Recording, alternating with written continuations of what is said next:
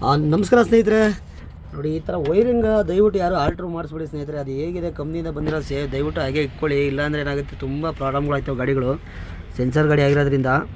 ಹಾಗೆಯೇ ನೋಡಿ, ಇಲ್ಲೊಂದು ಅಣ್ಣ ಈ ಹಿಡ್ಕ ಹಂಗೆ ಹಿಡ್ಕ ನೋಡಿ. ಇಲ್ಲಿ ಬಂದ್ಬಿಟ್ಟು 10 ಸೈಜು ಫೀಸ್ ಹಾಕಬೇಕು. ಓಲಿ 20 ಹಾಕಿದ್ದಾರೆ.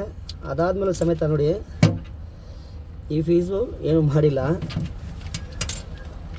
ನೋಡಿ, ಈ ಫೀಸ್ಗೆ ನೋಡಿ ಎಷ್ಟು ದಪ್ಪ ವೈರ್ ಸುತ್ತಿದ್ದಾರೆ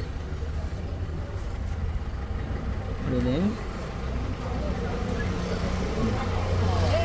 ಇಷ್ಟು ದಪ್ಪ ವೈರ್ ಹಾಕಿದರೆ ಈ ಥರ ಹಾಕಿದ್ರೆ ಏನಾಗುತ್ತಪ್ಪ ಅಂತಂದರೆ, ನಿಮ್ಮದು ಆ್ಯಕ್ಚುಲಿ ಫೀಸ್ ಕೊಡೋದೇ ಇಲ್ಲ. ಶಾರ್ಟ್ ಆದರೆ ನಿಮಗೆ ಫೀಸ್ ಹೋಗಲಿ ಅಂತ ಕೊಡೋದು.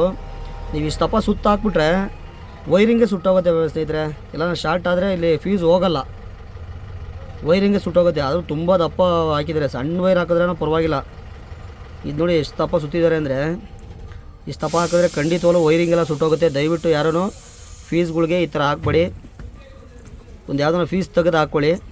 ಇಲ್ಲಿ ಬಂದ್ಬಿಟ್ಟು 10 ಸೈಜ್ ಹಾಕ್ಬೇಕು. ಅವರು 20 ಹಾಕೋರೆ, ಆದರೂ ತೊಂದರೆ ಇಲ್ಲ 20 ಹಾಕಿದ್ರು. ಬಟ್ ಇಷ್ಟು ದಪ್ಪ ಸುತ್ತೋರು ಮಾತ್ರ ಮೋಸ್ಟ್ ಡೇಂಜರ್ ಇದು. ದಯವಿಟ್ಟು ಯಾರೂ ಮಾಡ್ಕೋಬೇಡಿ.